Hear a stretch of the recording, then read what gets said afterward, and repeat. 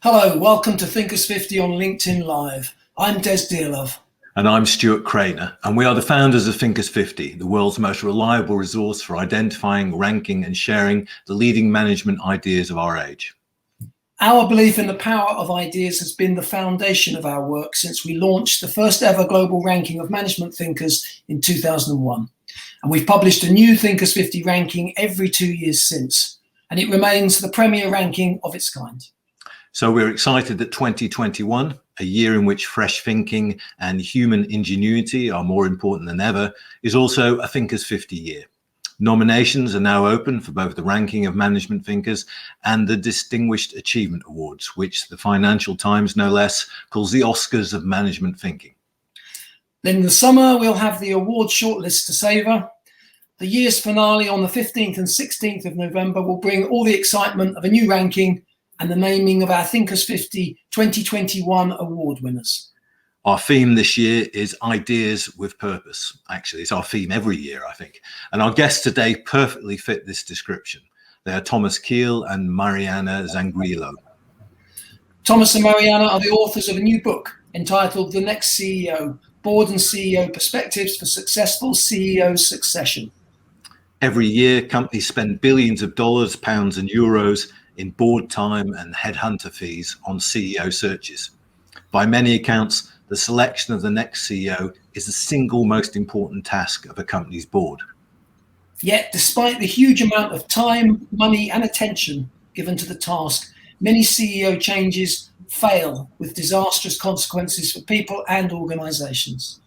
Thomas and Marianna will help us to understand why this happens and how companies can find the best CEOs for their futures and create processes that really work. So we're going to hand over to Thomas and Marianna, but first a reminder to send your questions in at any time during the presentation and during the session. Also, please let us know where you are joining us from today. Now, Thomas and Marianna, over to you.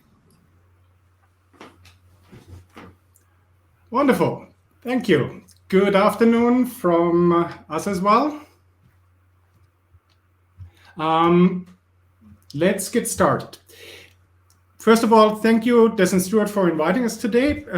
As the introduction already said, we're going to speak about some of the insights from our new book, The Next CEO. And what we're really going to try to convince you here is that some of the insights that we gotten from the CEO level are actually applicable for general leadership. So we're going to try to draw some broader implications of what we can learn from CEO succession for leadership in general. We will keep this presentation short. I will shortly introduce the topic, a couple of frameworks that came out from our book, and then Marianna is going to take it towards the broader leadership implications. Des and Stuart already kind of preempted our first slide. We really started this conversation about CEO succession a few years back when we had a conversation with some CEOs that really surprised us, where the CEOs told us that when they entered the company, they found something that they really didn't expect. And that made us wonder what's going on here. Where is this heading? Why aren't people clearly in the know what they're supposed to do? So we started to look into CEO succession as a major corporate event. And what you see really is not very pretty. As Des and Stuart already alluded, not only are there every year billion on CEO succession spent, but when you look at the results, they are not very great. You see incredibly often failure. Some studies say there is every year 100 billion in shareholder value destroyed. If you look at the companies, upheaval describes it probably the best. You have lost productivity, you have jobs cut, your financial performance declining. And when you look even at the CEOs, what should be their crowning moment of the career often ends up to be a really black chapter of the individuals involved. So what we asked ourselves is really, what can we do to improve the odds of success for this? And we engaged in a research program that took us close to a decade, you could say. We interviewed CEOs, headhunters, chairmen. We conducted a fair bit of heavy quantitative research alongside. And what we're now going to present are just some insights that came out from this multi-year journey. Specifically, we're going to look at two perspectives. We're going to first talk shortly about the perspective of the board, and then we're going to look shortly at the perspective of the CEO. So let's start with the board perspective. Here, our key insight is really how important it is to have a very clear mandate.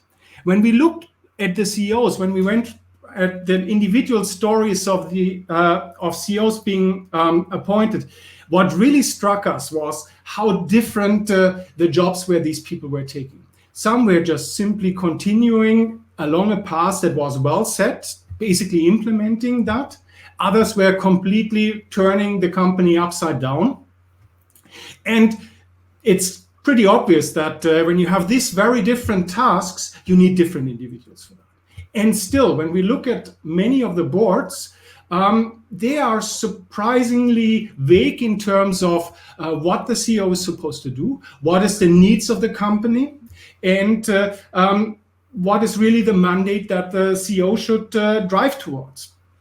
And our key insight really from the board perspective is that boards need to be crystal clear what CEOs need to accomplish, both strategically and operationally. And only then they can define a CEO profile that actually meets that. And we identified 4 such mandates and associated profiles that we are showing here in this slide. We frame them as continuation, evolution, transformation, and turnaround. Let me briefly explain what we mean with this. As I already alluded to, some CEOs are meant to mainly implement an already well-chosen path. This is often the case when you have a former CEO sitting as a chairman on the board, or you have a family owner that very much drives the strategy. And the CEO then is really just a glorified chief operating officer. In this case, we often see internal appointments working well, people that come from an business unit that have an operational background or a finance background. And these people can do really well. The second mandate really relates to moving beyond this continuation. Sometimes organizations in the longer run want to change gradually their path, or they want to simply speed up the pace of implementation. That still may work with an internal CEO. That still may work with somebody who is operations focused, but often you need actually fairly specific skills for that. Let me give you an example. When Nestle changed its CEO recently, they tapped for the first time in 100 years an outside CEO because they were on a path to move from basic nutrition to wellness and health related topics. So they hired Mark Schneider basically to speed up that evolution. The third mandate that we identify is fundamentally different. Transformation no longer stays in the existing path, but tries to transform the direction of the company, really transform the company overall, professionalize, lift it up to the next level as the image that I would use. And in that case, we clearly see that internal CEOs no longer are suitable. This is typically the domain of external CEOs that bring in different experience, different vision, different skills. Internal CEOs, in some instances, if they are very different from the rest of the organization, can succeed, but it is really the domain of the external CEO. Let me give you again an example. The German copper manufacturer Wieland, that not everybody may be familiar with, is what we would call a mid-cap.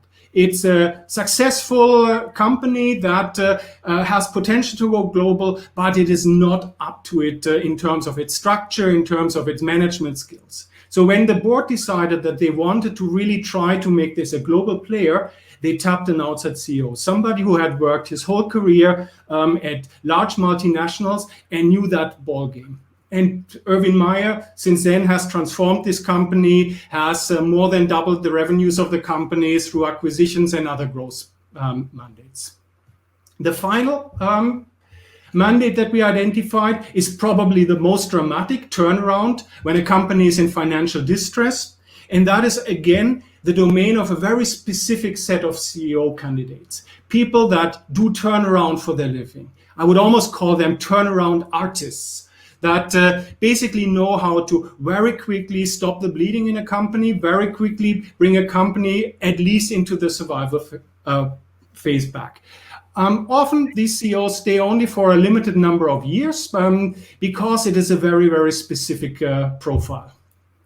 John Lewis at Amick Foster Wheeler is a nice example that basically turned around the company in 18 months. At the end of the time, the company was sold and he moved on to another case that he is still working on with more difficulties thanks to the pandemic, Capita, that in the UK is a well-known company.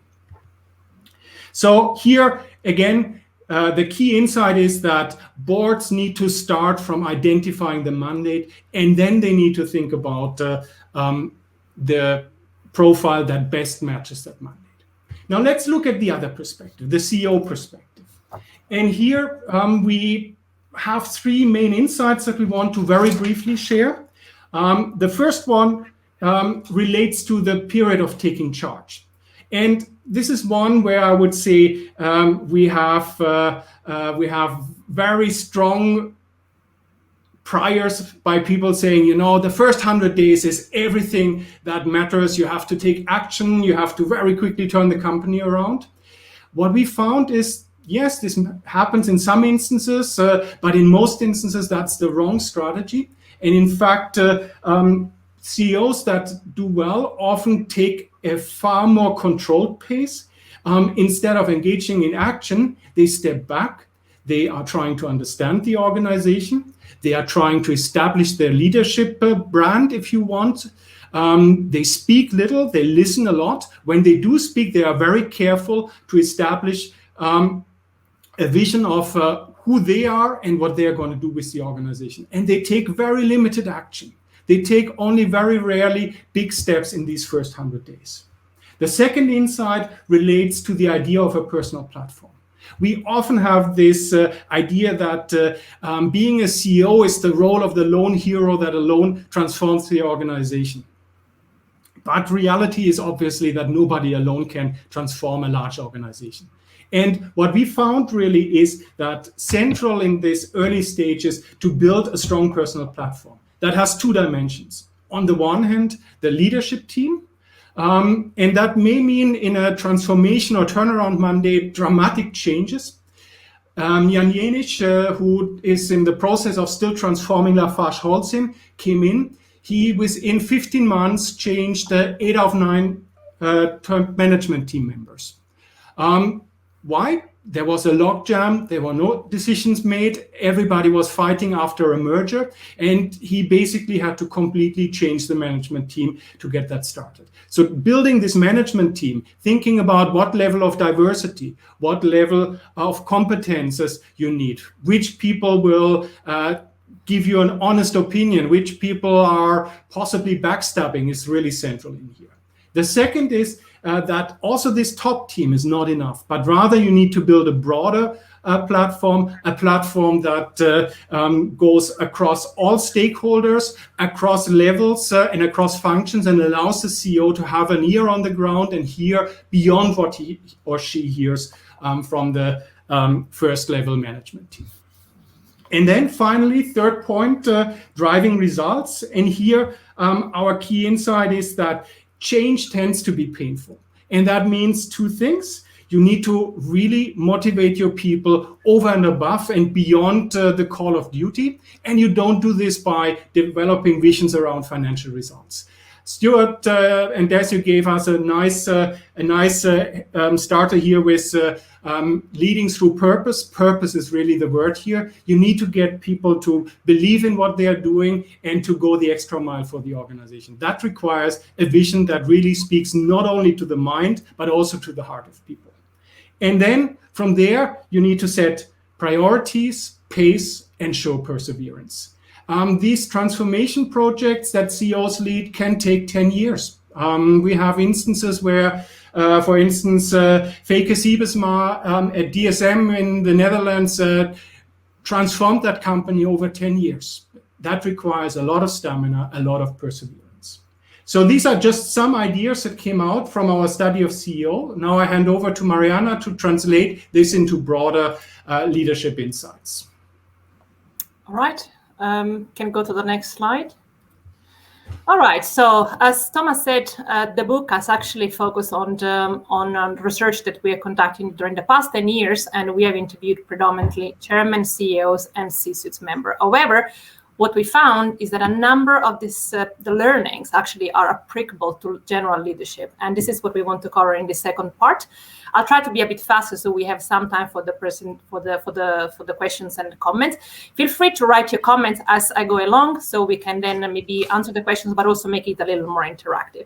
So the first thing that we would like to share is that what we observed is that many CEO and chairmen have told us that they've been giving job profile to headhunters, for example, for this external recruitment sometimes, and they had difficulties to pinpoint what actually was really needed. The job profile is a good start, but it's not always the right start, especially if you want to hire someone from outside. So what we found, and what we kind of got confirmation then talking with the senior leaders, that the mandate and what needs to be accomplished is very often much more important. And this is probably something that you have noticed also, with your own colleagues in your own recruitment, that you have this job profile, but then you're thinking, I have these 10 cool candidates that really meet the description, but these are not right people for the company. And sometimes looking back into the mandate can actually help answering that question of what really needs to be done and what kind of candidate we actually really need. And that applies, as I said, also to general leadership. So also general managers who have maybe team leader responsibilities and not necessarily only the very top team. The second thing is that the external versus external hire is a consideration which needs to be made carefully, and it's not an easy one. First of all, we always want to give our people the perception that internal candidates are considered and valued, because if we don't do that, then people lose often the motivation, especially those who are already in management positions. So one needs to balance, and on one hand, look at the mandate. When do we need an internal and when an external candidate is better? But then at the same time, one also needs to think, do we actually have the skills which are needed in the organization to take, for example, the company to the next level? In the book, we shared the story of Rich Cadonneau from a company called Dormakaba. I'm not sure if you ever heard. It's a Swiss company which does access and security. And basically, he came from outside and he was new to the industry, but they were specifically looking for some IT transformation to transform the overall company toward a more technological company. So they took someone from outside because internal candidates could not carry that kind of skills. Then our third point that we often actually joke about with Thomas, because most senior people do have charming personalities, they know how to sell themselves, but that will not always do the trick once they are on the job. There is extensive research which shows that psychopaths actually are very charming very often, but we don't want the local psychopath to be our next leader. So this is actually a very difficult element. How do you separate and how you distinguish someone who's very charming when it's coming to the interviews, also with the board, with someone who can actually do and deliver what the company needs, to go to the next level. Then if we go on with the next slide, still we have a few key takeaways. So Thomas mentioned earlier the story of Mark Schneider at Nestle. So Mark Schneider joined Nestle in 2017, and he joined from the healthcare industry, and now he came to the food industry. Even for a solid guy as he is, filling the role is like getting into a big shoe. So he took it very carefully, and he knew that premature actions can be dangerous. So he worked very carefully on setting expectations, understanding the organization, the role, and building the network. And this is something that we kind of were allowed to cite directly in the book. And there is a lot more in there if you want to read about the story. But basically, this was one of the good examples, which is, again, applicable everywhere. So any leader who comes into the organization should not run into actions, because on one hand, there is the expectation that you come in and you make changes fast, but then on the other hand, you may actually lose the organization or miss out important points. Then another general leadership lesson or leadership principle is that changing the organization is a team sport. We do know that teams always perform better than an individual. We have more eyes, we have more brain, we can combine our strengths. But at the top, very often we have stars. We have people who are who want to be in the spotlight, who are used to be in the spotlight. And this is something that CEOs have to pay very much attention to, because the lonely leader will always lose the team, whether it's a CEO or whether it's a leader at another level in the organization. And then finally, one last general takeaway is that driving results is not a sprint, but a marathon. And then it's priorities, patience, and persistence to win. A nice example from the book is the case of George Mueller, the CEO at MBV, which is a German energy company. Again, probably not very known to many, but he had an interesting story shared with us, especially on the soft side of things. So he noticed that brand and culture needed a big makeover when he joined the company, and at the same time you realize that there is just so much that an organization can take, especially when a company has been on the same path and with the same leaders for a long time. So he was one of those who actually said that you cannot kind of run this isn't a sprint, but this is a marathon. You need to take it in steps, and you need to take it in batch, and you need to take the organization with you. So there are a number of other leadership principles that you will read about if you have the chance to read the book. But I think these were some that we decided to pick up because they are of general applicability. And then I think we still have now some time that maybe we could leave for questions and any comments you guys might have. Thank you, Marianna. Thank you, Thomas. Really interesting stuff. There's a good question from Kenneth Ritley, who's in Zurich. And he's asking, should there be kind of a cooling off period for both sides? You hire a CEO. I mean, your advice to a CEO is that the CEO should look around and listen and not do too much in the first place. But perhaps there should be a cooling off period for the CEO and the board. I think it has happened in kind of corporate history where a CEO has been hired and they haven't lasted very long. Do you think that's a good idea, or is that just impossible? Thomas, you want to take it? Yeah, I can take this. I think there's these two things here. On the one hand, I like this idea that wasn't the question of due diligence, because due diligence is something that you do before you buy. Yeah. So my first response would be, you need to do more due diligence before you buy the next CEO. So that means you need to spend more time on identifying, so that you're not running into these issues. Sports often spend too little time. Then the other element is boards need to be very realistic in terms of how fast things can happen. When you hire somebody to steer around GE that is in trouble, and then after 12, 15 months, you're saying things aren't moving too fast, it has to happen faster. I don't know if that is very realistic. So the time periods are an issue. So you need to give people a grace period on this, because especially when it's a transformation, it is big ships don't turn fast. Corporations don't do either. And if I can also add there are some examples in the book where we basically mentioned that someone came on board and then after a year it was a major disaster and had to leave. And this was actually a serial CEO, so someone extremely experienced. There was no sign that things couldn't work, but unfortunately things went really bad, one really large corporation. But the problem is that when someone comes on board, most of the time it's a big change also for the individual. There is excitement to be announced. There's excitement to communicate the change, and it's very hard to get someone on board in the background and kind of make it practice to see how things are going. Maybe I could take also the next one, which came also from Kenneth, if it's okay. This is actually a very good question on whether the board is having kind of a clear view or reality. After we wrote the book, and we obviously send it to all the people that we have interviewed as a complimentary copy, we actually got the feedback that they could, in this mandate structure, for the first time see clearly a lot of the mistakes that they made in the past. And the idea of the book is that it can serve as a framework for the senior management and also for the board on actually how to put things a bit more in perspective and be a little more structured and realistic about what they actually need to do. Because in reality, very often things happen based on personal liking, and you trust headhunters. So this is a very very good question, and it's something that we do believe and hope that the book actually can help answering. I think Kenneth's point as well, I think is related to that, is that shouldn't it be the CEO who needs to determine the mandate? I mean, I think it's really interesting you've identified the 4 mandates: turnaround, continuation, transformation, evolution. The board determines the mandate and hires the CEO accordingly. But what happens when the CEO turns up and he says, well, it's not really evolution you need, it's transformation?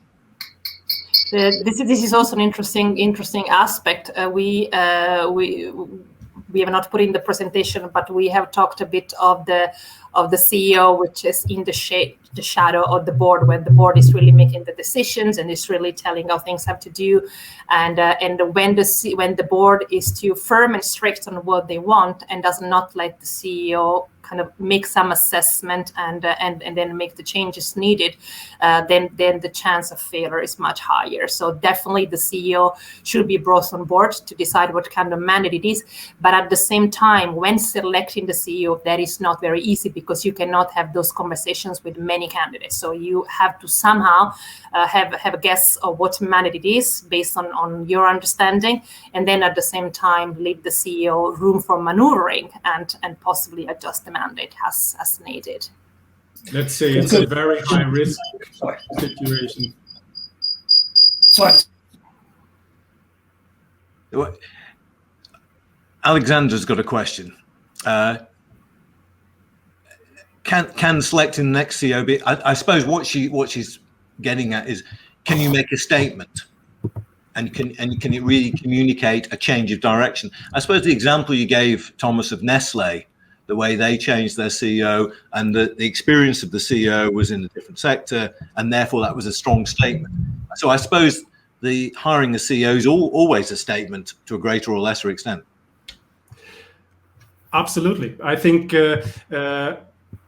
we've heard this over and over from boards that they said, okay, we hired this person because we wanted to make a statement. To give you an example regarding diversity, Novartis recently hired an Indian physician trained in the US as a CEO. Explicitly somebody who was not part of the mainstream culture in the organization, explicitly as somebody who was an outsider to the Novartis culture. And the chairman said, we wanted to make a statement that we need cultural change. And that's what he's been doing ever since. So CEO selection is always a statement, maybe diversity in terms of gender, diversity in terms of race or nationality, maybe in terms of from what industry somebody comes.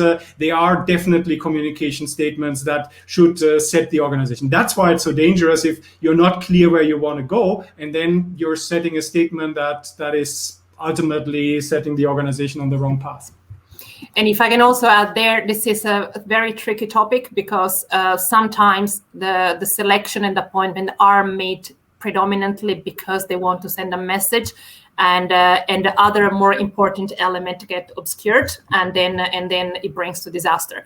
So there have been cases where, for example, the board said we need to have minimum 2-3 women, and they were kind of in a hurry to appoint these 2-3 women, and then after we have seen cases where also there less than a year and a half, then it turned out that it actually didn't work out because they were focusing on the message or what maybe the law, for example, in Germany requested them or required them to do, but not really then on taking the time to identify the right candidate. So it's definitely something that we see, but it's also something that we has a high chance of failing if not done carefully.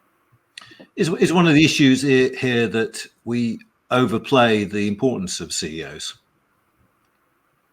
That the really, changing direction of an organization, as you say, is not the work of one person. It needs a lot of people to be involved. That we put such great store in CEOs when actually their contribution to an organization's performance at best is only improving performance by small percentage points? It's a wonderful question, one that one can debate forever. It's kind of funny because what you notice is when you have strong CEOs, over time the organization looks like that individual, but at the same time no CEO can get anything done without the organization. So it's I don't think there is a straightforward answer here. I think we are expecting often too much from the CEO. We're expecting we are not giving enough credit, in fact, to the team behind that. But a great CEO is a CEO that actually selects a team that is individuals that complement each other, that form a high performance team in the end. And I think that is the biggest skill probably that a great CEO has to have, not to single-handedly, miraculously transform an organization. It's fascinating. I'm having problems with my microphone, Stuart. I think I'll have to. Okay. So where does the research go now, Marianna and Thomas? You've got the book out, The Next CEO, available in all good bookshops and online. We encourage people to buy it. So people have always got the next book planned out. So where does the research go? Well, I'll start, and then Thomas maybe add something. So basically, what we notice is that while we have interviewed a lot of CEO and chairman, a lot of the principles are applicable in the organization at large. So what we want to do is to expand on the existing book and basically take the principles to the next level, so that the audience gets broader access, broader audience, and basically see how these principles really translate into the organization at large, with more examples which are relevant for managers and senior leaders, but not necessarily the management team. We have actually planned to take next year to do the further research. So also whoever is interested in this in this webinar today, reach out if you want to be interviewed to help us developing the next book. Thomas, how about you? You add the academic side of things. Where is the research lagging that we need to fill a hole? Oh, there's always too many holes to be filled. No, I think what we just this final point that we just talked about, the idea that no individual can change an organization, but that you need high performance teams on every level, and how you can create these high performance teams so that you leverage different skills, that you're really leveraging diversity rather than just using it as a fig leaf to tick some box on a governance sheet. Those are ideas that we are at the moment actively kicking around, so that in fact now we have the head. Now we need to actually do more on the body of the organization. Let's just throw in one final question from Tariq Francois.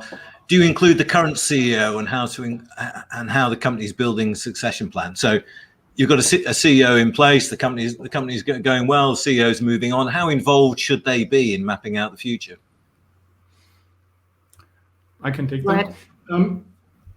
It's a tricky question. You do need to have the current CEO to build a succession pipeline. Without the current CEO, you cannot have internal candidates, because any current CEO can completely destroy any roster of candidates. If you have a CEO that doesn't allow any other princes next to her, then you will never have a roster of internal candidates.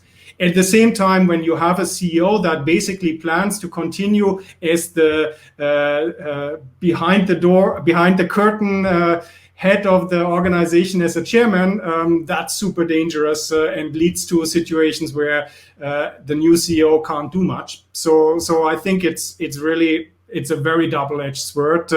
I would not have the CEO in the selection process, because that's super biased, but you want to have the CEO involved in bringing forward candidates, developing candidates, but then cooling off is a healthy thing to do, I believe.